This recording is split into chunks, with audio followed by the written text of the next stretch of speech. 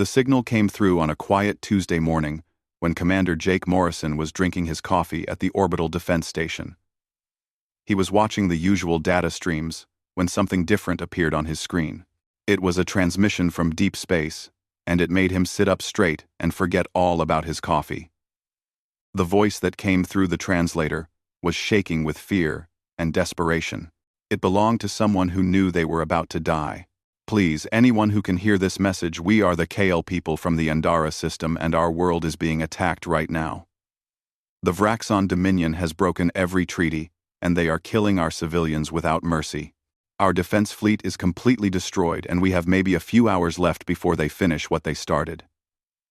If anyone is listening out there, if anyone has the power to help us, please respond to these coordinates.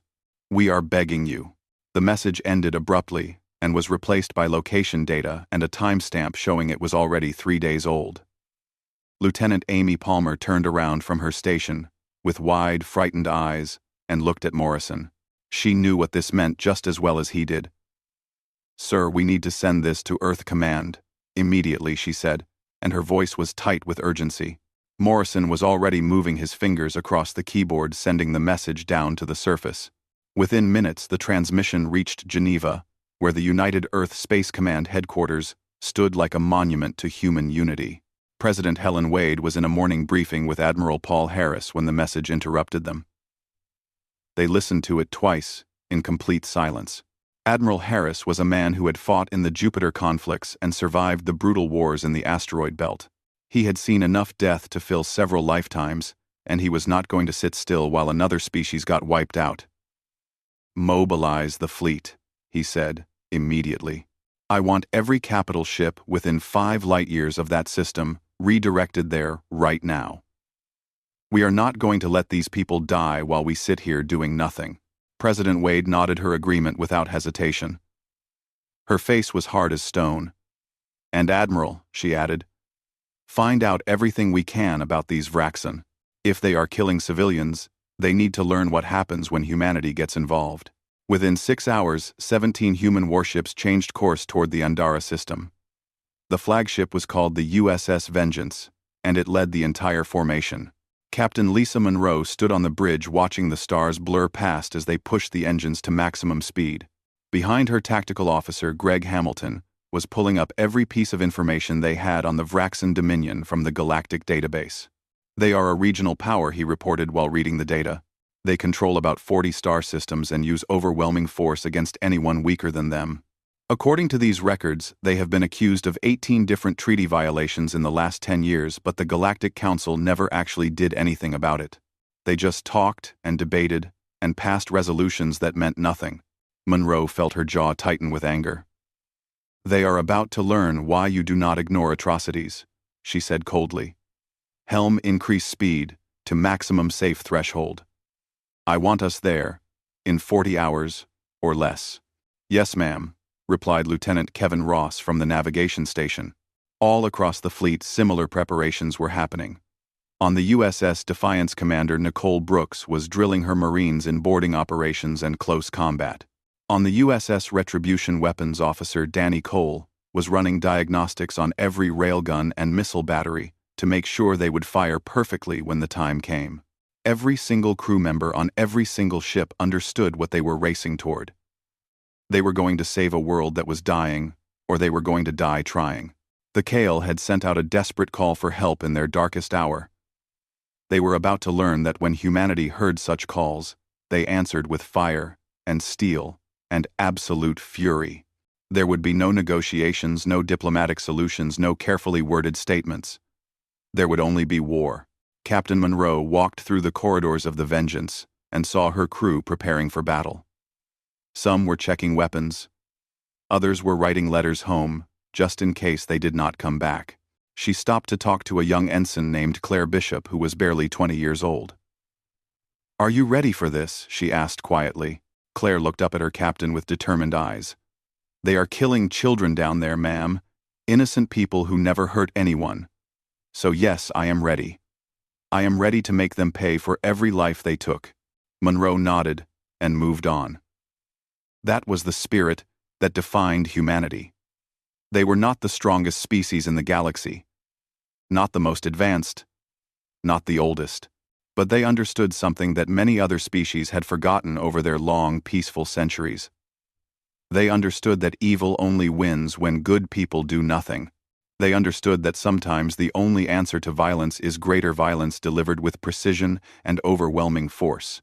The hours passed slowly as the fleet rushed through space. Every crew member knew that each minute they delayed meant more Kale civilians dying. They pushed their ships harder than they had ever been pushed before. Some of the engineers warned that the engines might not handle the stress, but Captain Foster on the USS Challenger just told them to make it work. "We will worry about repairs after we save those people," he said. When they were still 12 hours out, they picked up more transmissions from the Andara system. These were not organized distress calls anymore. These were screams and crying, and the sounds of a civilization being torn apart. The Vraxen were not just conquering the Kale. They were making examples of them. They were showing the entire sector what happened to species that resisted the Dominion. Admiral Harris listened to those transmissions in the privacy of his quarters. His face showed no emotion, but inside, he was feeling a cold rage that he had not felt in years. When this was over, the Vraxen would understand what it meant to face humanity. They would learn that some species do not forgive, some species do not forget, and some species will cross the galaxy to punish those who prey on the weak. The fleet dropped out of faster-than-light travel at the edge of the Andara system, exactly 41 hours after receiving the original distress call.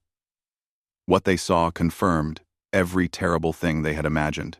3 massive orbital stations were burning and breaking apart. Debris spread out in clouds that would take decades to clear. Vraxen destroyers moved through the wreckage, like sharks hunting for survivors. On the surface of the planet, entire cities were on fire. From orbit, they could see the scars of orbital bombardment covering the continents. This was not war. This was extermination. Captain Monroe did not waste a single second. "All ships, weapons free," she ordered. "Target their capital ships first. Show them what happens when they hurt the innocent." The human warships spread into attack formation, and every captain felt the weight of what they were about to do. This was not a training exercise or a carefully planned operation approved by committees. This was pure, righteous anger given form and function. The crews had spent months watching the Galactic Council debate endlessly, while species suffered. Not anymore. Not today. The USS Vengeance fired first, and the main cannon sent a tungsten rod accelerating to 30% of light speed. The projectile crossed the distance in seconds and slammed into the nearest Vraxen cruiser. The alien ship's shields flared bright blue for just a moment before they collapsed completely. The rod punched through the hull like it was paper and detonated the reactor deep inside. The explosion turned the cruiser into an expanding cloud of superheated gas and twisted metal. Direct hit, Hamilton reported from his station. Target destroyed. Before the Vraxen could even understand what was happening, the rest of the human fleet opened fire.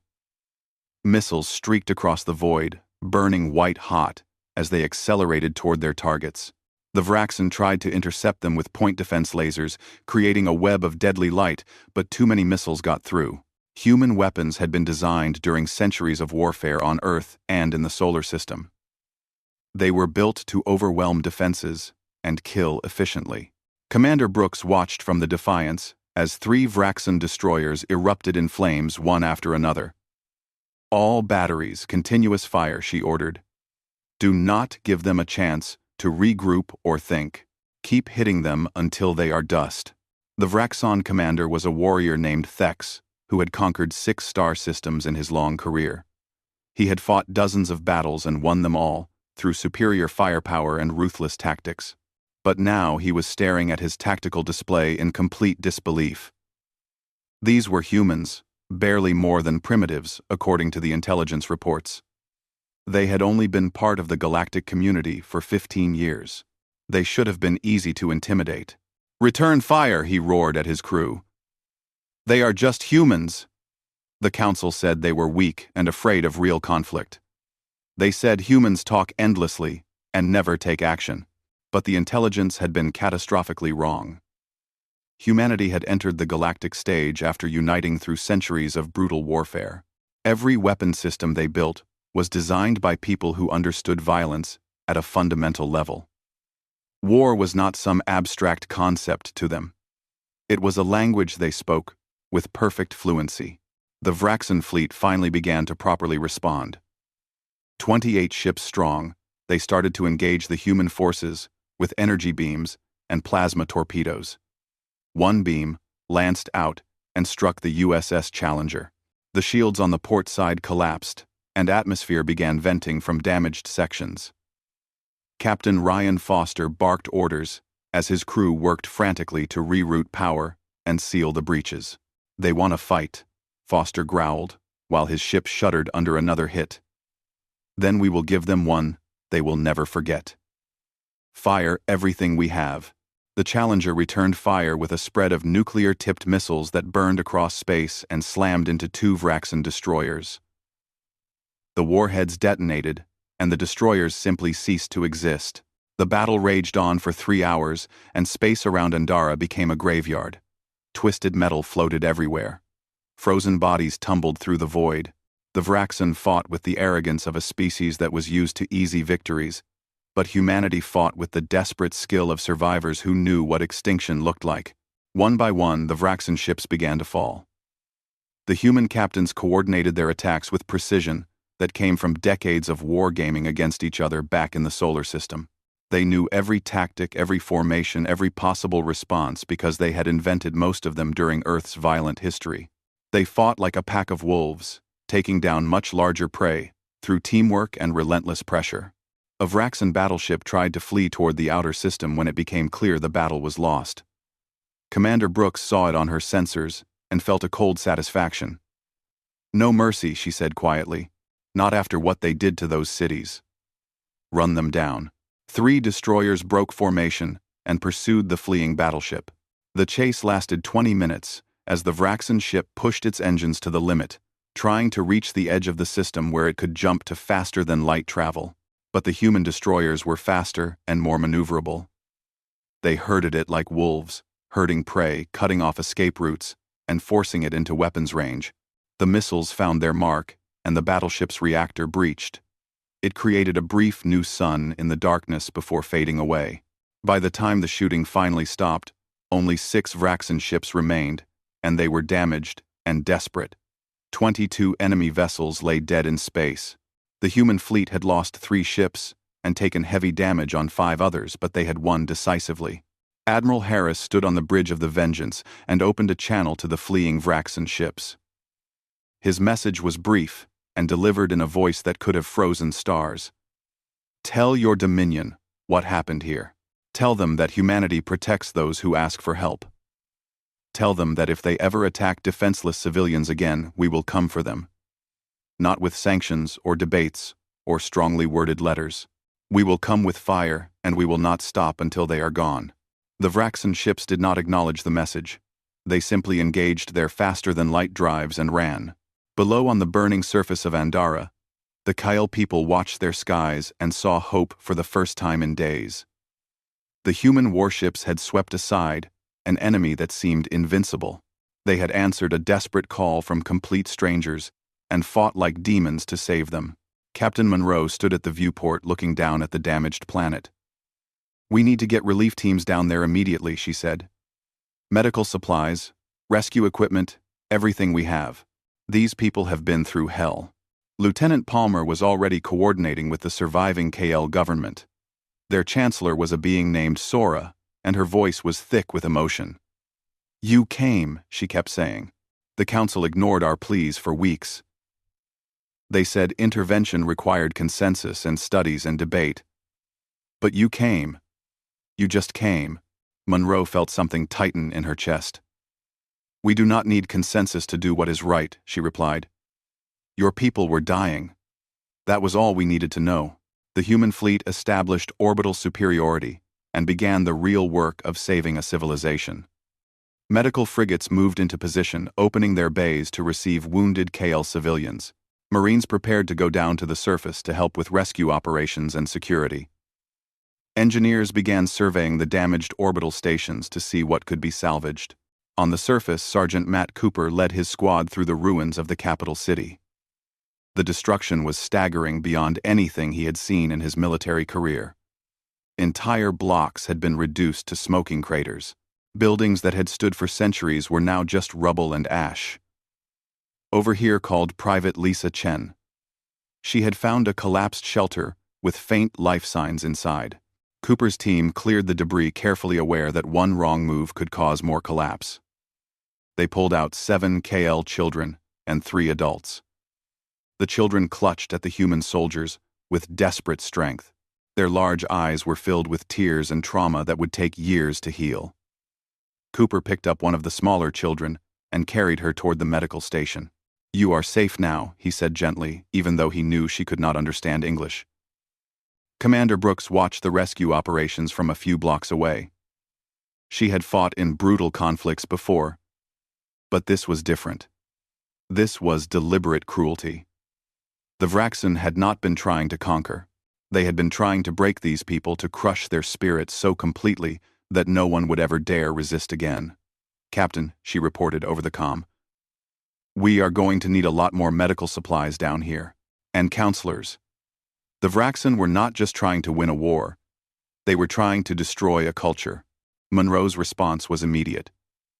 "You will have whatever you need, Commander. Earth is already mobilizing a full humanitarian mission. We are not leaving until this world is stable and these people can defend themselves." The days after the battle were filled with hard work and harder truths. Admiral Harris convened his senior officers in the war room of the Vengeance. Tactical displays showed the broader strategic picture, and it was not comforting at all.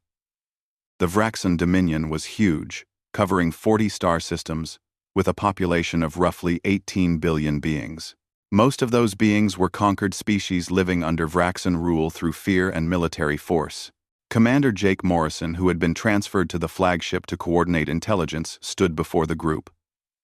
"The Vraxen maintain their power through systematic terror," he explained. "They crush any resistance immediately and brutally. What we saw at Andara was not unusual for them. It is their standard operating procedure when a subject species tries to resist." Captain Ryan Foster appeared via holographic link from the USS Challenger, which was still undergoing repairs. "So, what is our next move, Admiral?" he asked bluntly. "We bloodied their nose here, but they will come back. Tyrants always do. They cannot afford to look weak in front of their subject species." Harris leaned forward with his weathered face illuminated by the tactical display. "We are going to do what we should have done from the start. We are going to make it clear that the age of bullies running roughshod over peaceful species is over. I am recommending to President Wade that we establish a permanent defense pact with the KL and any other species threatened by the Vraxen. The Council will not like that," Monroe observed. "They have spent centuries maintaining the balance of power through negotiations and bureaucracy. They will see this as a threat to their authority." Harris made a sound that was almost a laugh but held no humor. "The Council," he said with undisguised contempt, "allowed this to happen. They knew the Vraxen were breaking treaties.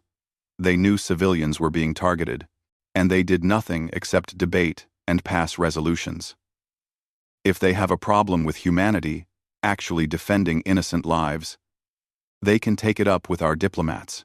As the meeting continued, a message arrived from Earth. President Wade appeared on the main display, looking tired but determined. "Admiral, the situation at Andara has caught the galaxy's attention. We are receiving communications from 17 different species, requesting protection, intelligence sharing, and in some cases direct military alliances. The Galactic Council is in an uproar. The Vraxen ambassador is demanding we withdraw immediately and pay reparations for their destroyed ships." Harris allowed himself a cold smile. "And what did you tell them, Madam President?" "I told them that humanity does not apologize for stopping a massacre. I told them that any species targeting civilians will face the same response we gave the Vraxen. The Council is calling for an emergency session. They want to censure us and possibly impose sanctions." "Let them try," Harris replied. We have been self-sufficient for a long time. But these people, the KL, and all the others living under the Vraxen boot, they need protection that actually means something. Not resolutions or condemnations, but ships and soldiers willing to stand between them and the darkness. Wade nodded.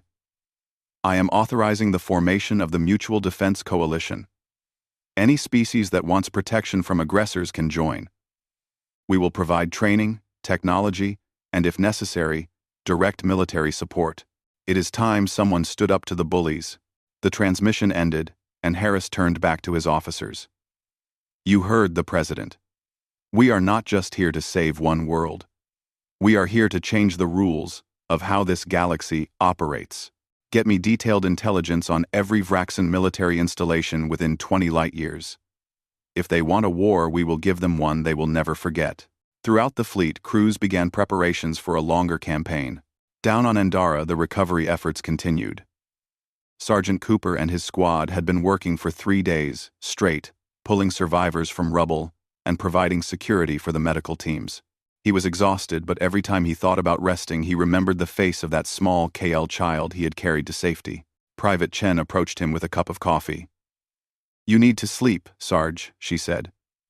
We have reinforcements coming down from the Defiance. You can take a break. Cooper shook his head. Not yet.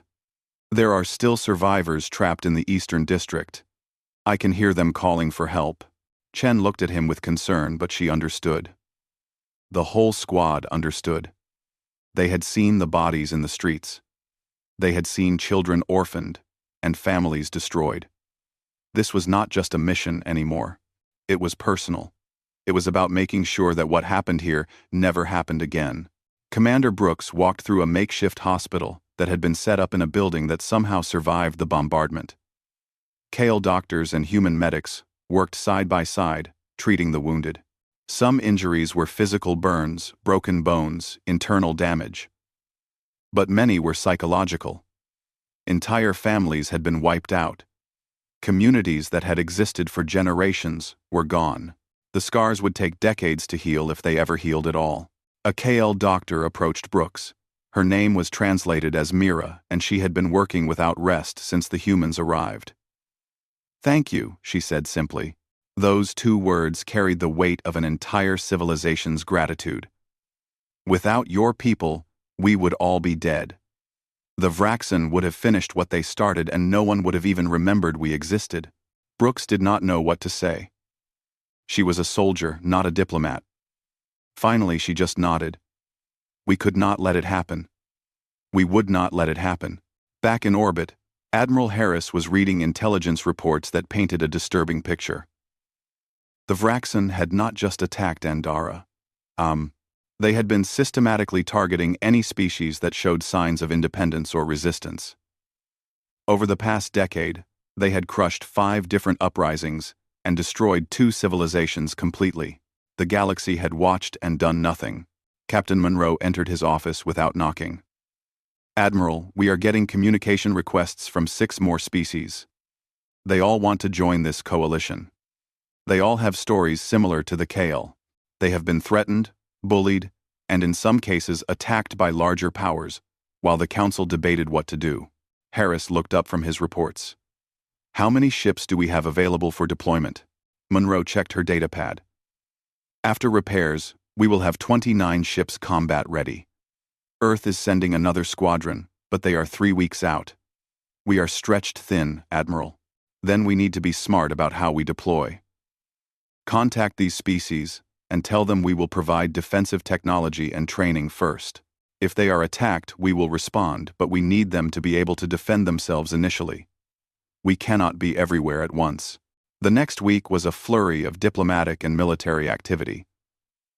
5 species formally joined the Mutual Defense Coalition. Human engineers began sharing defensive technology, showing them how to build better shields and more effective weapons. Marines like Brooks and Cooper started training local defense forces, teaching them tactics that humanity had learned through bitter experience. On Earth, President Wade addressed the United Nations General Assembly. The speech was broadcast across the galaxy. We stand at a crossroads, she said.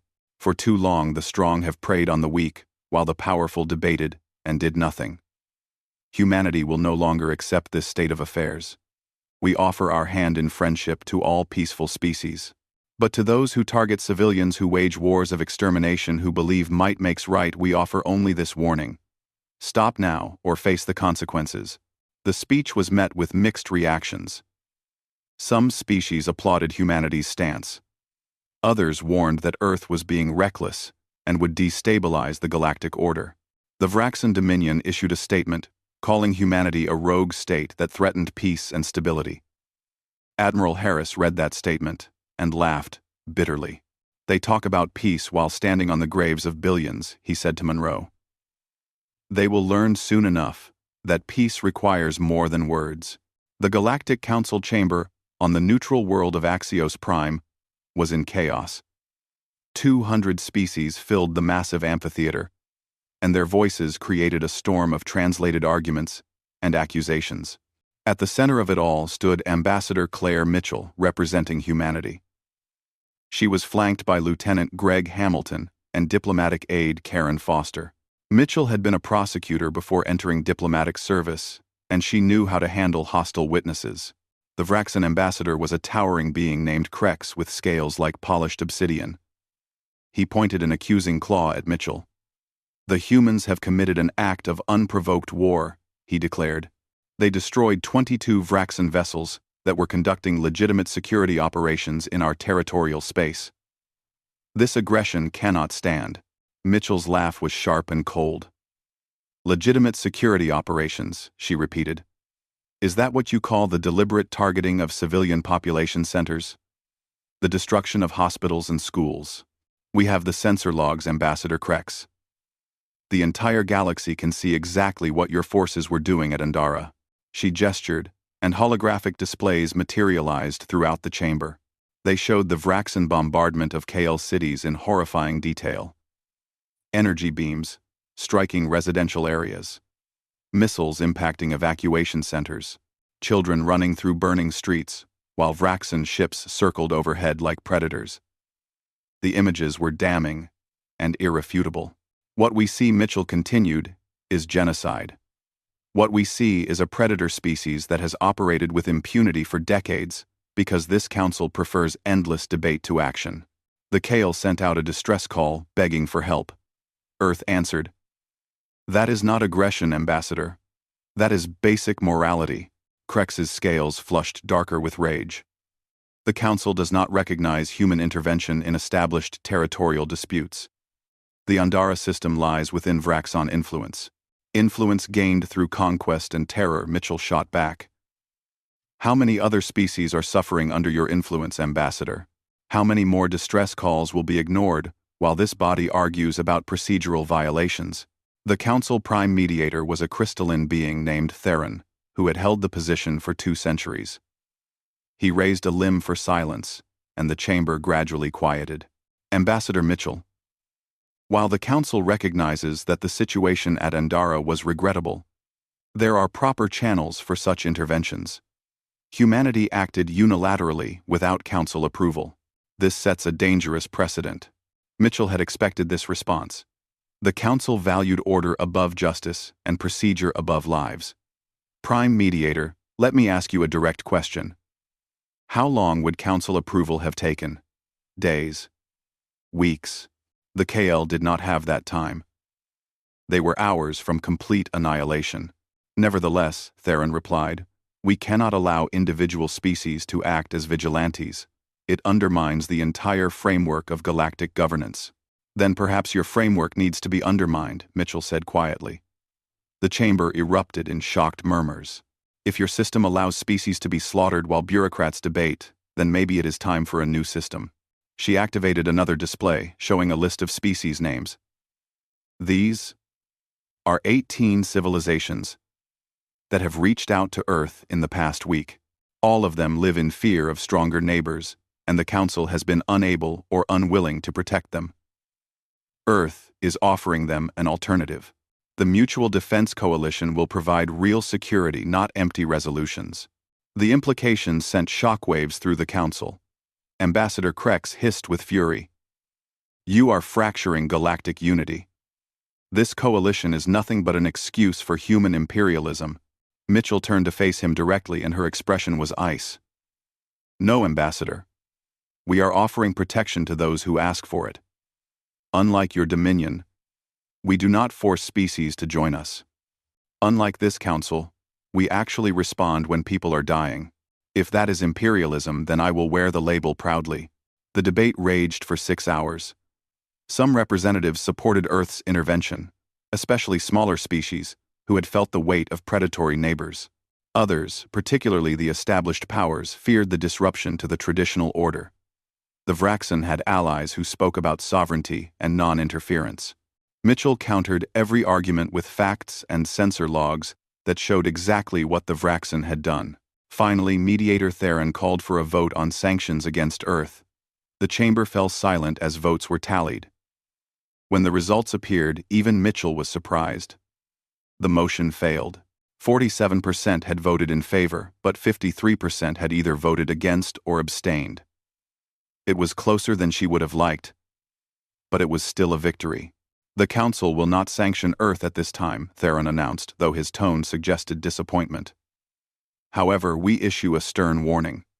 Future unilateral military actions will be met with consequences. Humanity must learn to work within the framework of galactic law. Mitchell did not reply immediately. Instead, she pulled up one final image. It showed a Kale child being pulled from rubble by a human Marine. The child's face was covered in dust and tears, but in the Marine's arms she looked safe. Prime Mediator, members of the Council, Mitchell said. When you talk about working within frameworks and following procedures, remember this child. Remember all the children your framework failed to protect. Earth will continue to answer distress calls. We will continue to stand between predators and prey. If that puts us at odds with this body, then so be it. She turned and walked out of the chamber. Hamilton and Foster followed without looking back. Behind them, the Council dissolved into renewed arguments, but Mitchell did not care. Earth had made its position clear. The galaxy would have to adapt. Within days, 5 more species formally requested admission to the Mutual Defense Coalition.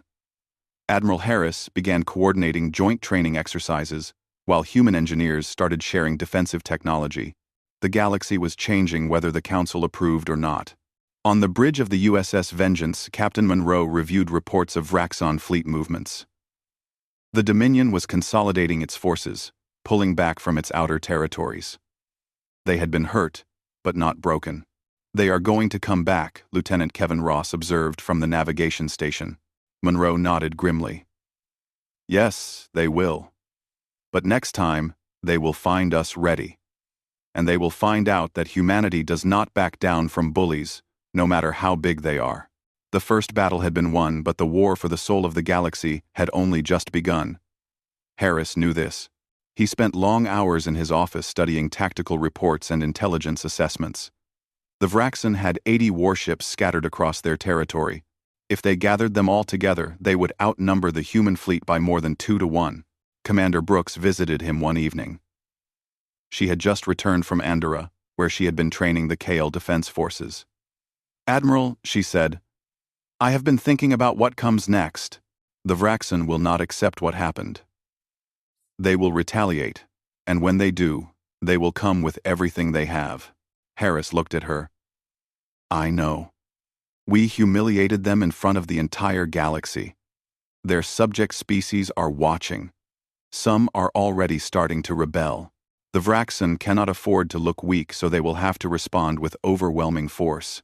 Brooks sat down across from him. Can we win if they bring their full fleet against us?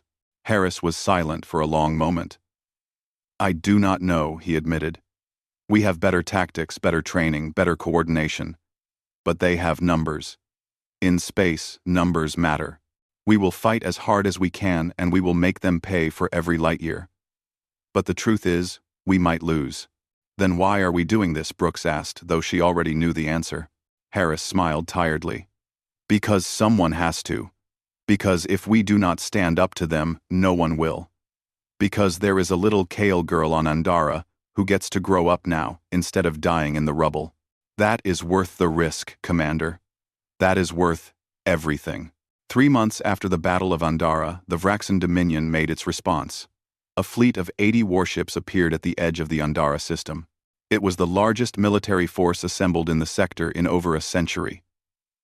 They had come for revenge, and they had come to make an example that would terrify every species in the galaxy. Admiral Harris stood on the bridge of the Vengeance watching the tactical display. The human fleet had grown to 37 ships reinforced from Earth and supplemented by Kale defense forces that humanity had trained. But even with their allies, they were outnumbered more than 2-1. The odds were not good. Commander Jake Morrison studied the Vraxan formation. 3 battle carriers, 15 cruisers, and the rest destroyers and support craft. That is enough firepower to crack a moon, Admiral. They are not playing around this time. Captain Monroe stood beside Harris. Her face was calm despite the impossible odds. We have faced worse, she said, though everyone on the bridge knew that was not quite true. They had never faced anything like this. Harris opened a channel to all coalition ships. This is Admiral Paul Harris. In a few minutes, we are going to fight the biggest battle of our lives. The enemy outnumbers us significantly. They have more ships, more firepower, more of everything except one thing. They do not have our determination. They do not understand what it means to fight for something bigger than yourself. We are not just defending one world today. We are defending the idea that bullies do not get to win. We are defending every species that has ever been too weak to fight back. Some of us will not survive this battle, but if we hold this line, if we make them pay for every meter, then we will have won something more important than this system. We will have shown the galaxy what courage looks like. All ships, weapons free. No retreat. We hold or we die. The acknowledgements came back one by one. Every captain understood what was being asked of them. This was not a calculated military operation. This was a last stand. The Vraxan fleet commander was Supreme Admiral Vrath. He had been given explicit orders to destroy the human fleet completely and then burn Andara to ash as a warning to any species considering joining the coalition. He opened a channel to the human ships. His voice dripped with contempt. Humans, you have interfered for the last time. Today, the Dominion will teach you the price of defying your betters. Surrender now, and we will merely destroy your ships. Resist, and we will make examples of you that will echo through history. Harris's response was brief. This is Admiral Paul Harris of the United Earth Space Command. Your threats bore me. Come and try. The channel closed. For one long moment, space held its breath. Then both fleets unleashed everything they had. The opening salvo was like watching stars being born and die in seconds. Human railguns sent tungsten rods screaming across the void. Missiles traced white-hot paths through vacuum. The Vraxan responded with energy weapons and plasma torpedoes. The darkness between the fleets became solid light. The USS Challenger, commanded by Captain Ryan Foster, took 3 direct hits in the first minute. Shields collapsed, and hull plating began to peel away. Alarms screamed throughout the ship. All power to port batteries, Foster shouted over the chaos. If we are going down, we are taking some of them with us. The Challenger's weapons carved into a Vraxan destroyer, shredding its armor and igniting explosions along its length. The destroyer veered away, trailing debris and frozen atmosphere, but 2 more took its place, hammering the Challenger with concentrated fire. Foster watched his ship die around him, but he never stopped fighting. Throughout the formation, similar battles raged. Human ships used their superior maneuverability to avoid the heaviest fire, darting in and out of range, while coordinating attacks with mathematical precision. But the Vraxan had numbers, and numbers always tell in the end. The USS Justice exploded when a plasma torpedo overloaded its reactor. 57 people died instantly. On the Vengeance, Lieutenant Amy Palmer reported the loss with a cracking voice, but there was no time to mourn. All ships pattern Delta 7, Harris ordered. Concentrate fire on their battle carriers.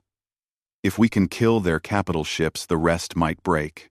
Commander Nicole Brooks on the Defiance saw an opening. 3 Vraxan cruisers had pulled ahead of their formation, exposing their flanks. Follow me, she called to her fighter wings. We are going hunting. 24 human fighters screamed into the gap.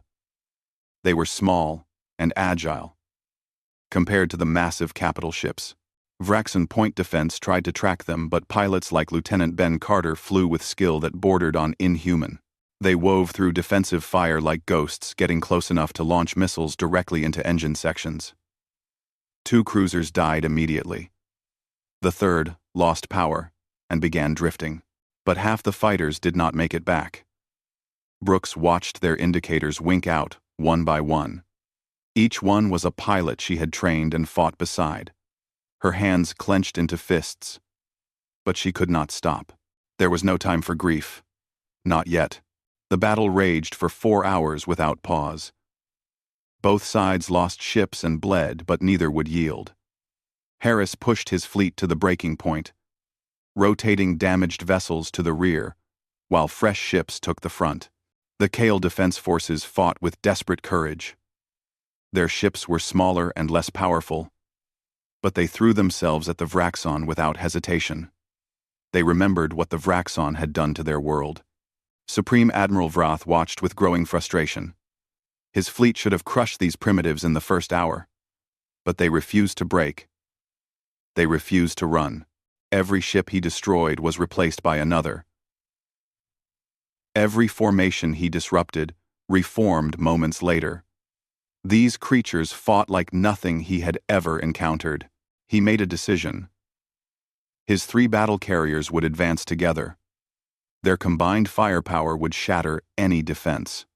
It was bold, bringing his most valuable assets into direct combat, but he was confident it would end this stalemate. The carriers moved forward, their escorts screening them from missiles and fighters. Harris saw the carriers advancing and knew this was the moment that would decide everything.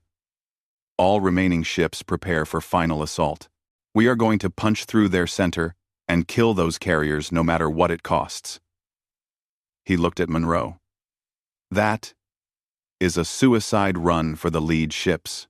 I know, Harris replied quietly. I will be taking the Vengeance in first. Before Monroe could protest, Harris opened a fleet-wide channel. This is Admiral Harris. In 30 seconds, we are going to do something extremely dangerous. We are going to charge directly at those battle carriers and destroy them. Some of us will not be coming back, but if we succeed, we will break their fleet and secure this system. It has been an honor serving with all of you. The acknowledgments came back without hesitation. Every captain understood they were accepting their own death.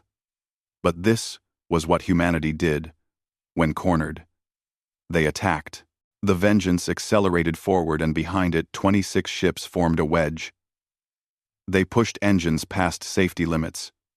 Shields angled forward. Weapons charged to maximum. The Vraxan fleet opened fire with everything, and space became a solid wall of death. Ships died.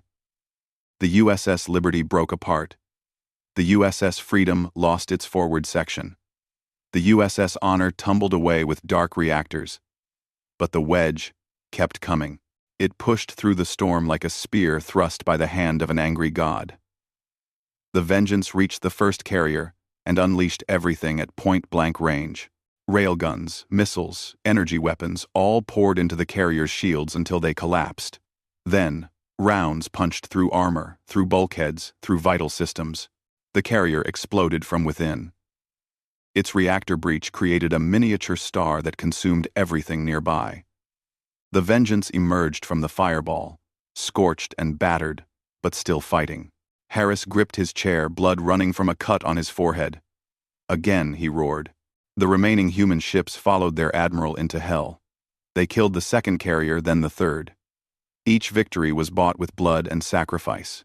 The USS Defiance rammed a Vraxan cruiser when its weapons failed. Commander Brooks died with her crew, but she took the enemy ship with her.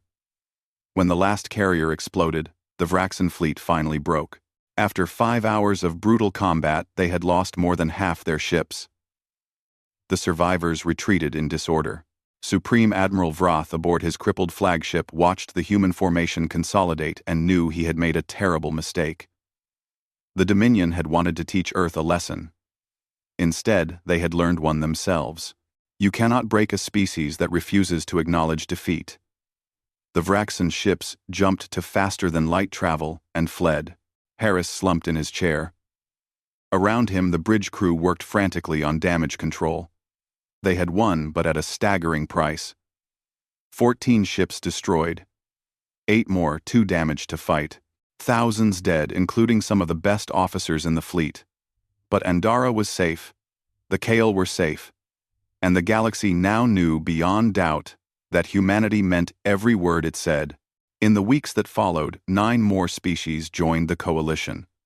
The Vraxan Dominion began releasing subject species unable to maintain control as rebellions erupted. The Galactic Council, finally forced to face reality, began reforming its security protocols. Earth had ignited a revolution with its response to one distress call. The age of unchallenged aggression was over. Admiral Harris recovered from his injuries in a hospital on Andara. President Wade sent him a message. The fleet you commanded saved a species from extinction. More than that, you showed the galaxy that strength means nothing without the will to defend the helpless. Outside his window, Human and Kale worked together, rebuilding the scarred world. Children played in streets, no longer fearing the sky. Overhead, a combined patrol kept watch against the darkness. The war had been won, but humanity's vigil would continue forever.